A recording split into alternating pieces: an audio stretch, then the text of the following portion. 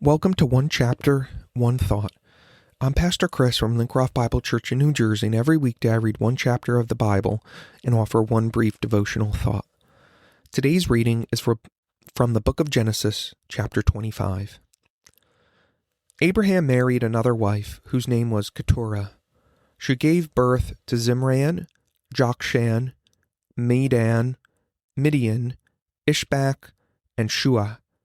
Jokshan was the father of Sheba and Dedan. Dedan's descendants were the Asherites, Letushites, and Laumnites. Midian's sons were Ephah, Epher, Hanok, Abida, and Eldah. These were all the descendants of Abraham through Keturah. Abraham gave everything he owned to his son Isaac. But before he died, he gave gifts to the sons of his concubines and sent them off to a land in the east away from Isaac. Abraham lived 175 years, and he died at a ripe old age, having lived a long and satisfying life. He breathed his last and joined his ancestors in death.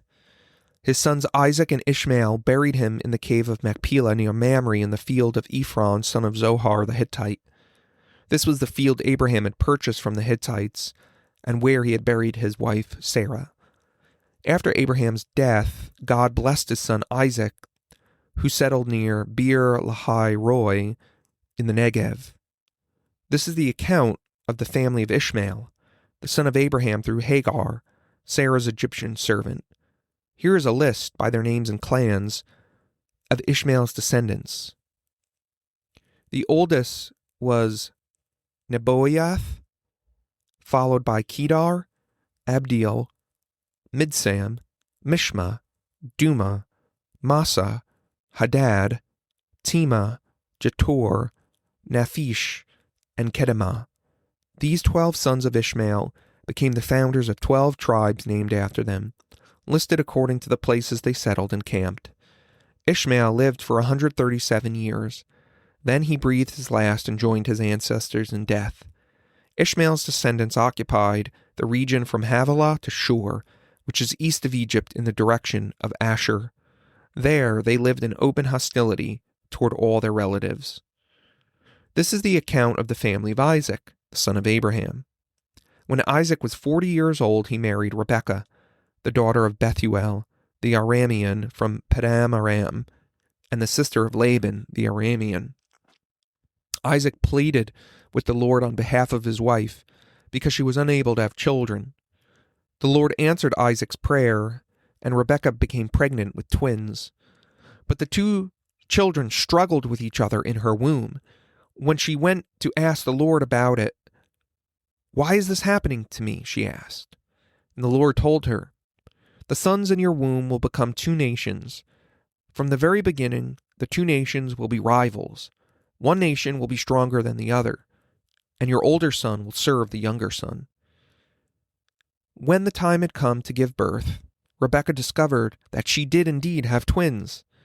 The first one was very red at birth and covered in thick hair like a fur coat, so they named him Esau. Then the other twin was born with his hand grasping Esau's heel, so they named him Jacob. Isaac was 60 years old when the twins were born.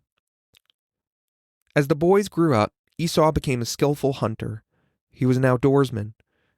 But Jacob had a quiet temperament, preferring to stay at home. Isaac loved Esau because he enjoyed eating the wild game Esau brought from home. But Rebekah loved Jacob. One day, when Jacob was cooking some stew, Esau arrived home from the wilderness exhausted and hungry. Esau said to Jacob, "I'm starved. Give me some of that red stew." This is how Esau got his name, Edom, which means red. "All right," Jacob replied, "but trade me your rights as the firstborn son." "Look, I'm dying of starvation," said Esau. "What good is my birthright to me now?" But Jacob said, "First, you must swear that your birthright is mine." So Esau swore an oath, selling all his rights as the firstborn to his brother Jacob. Then Jacob gave Esau some bread and lentil stew. Esau ate the meal, then got up and left. He showed contempt for his rights as the firstborn. One thought. The story of Abraham now comes to a close. He realizes that his death is close at hand, and so he begins dividing his estate. Isaac, as his direct biological son, the fulfillment of God's promise, gets the most, but Abraham also supports his other children, giving them gifts and sending them off. But the narrative is really focused on Abraham and zooming in on Isaac now. We see Isaac and Ishmael are able to put away their differences, at least for a time, to bury their father. And Abraham is able to be buried alongside his wife Sarah, a fitting end for the patriarch of the people of Israel, to be buried in the cave of Machpelah in the promised land again, receiving a partial fulfillment. But what comes out in this chapter as well is the other fulfillment of God's promise that Abraham would be the father of many nations. Back in chapter 17, God had promised that Abraham would be the father of many nations, and the genealogies of this chapter demonstrate the fulfillment of that promise. God always keeps his word. But the other key word that comes up in this chapter is that of blessing. If you remember all the way back to chapter 12, God started this relationship he had with Abraham on this idea of blessing. Abraham would be blessed by God, and then Abraham was called to be a blessing. God would also bless those that blessed Abraham. And so we find this word showing up here again in verse 11, where God blessed Isaac.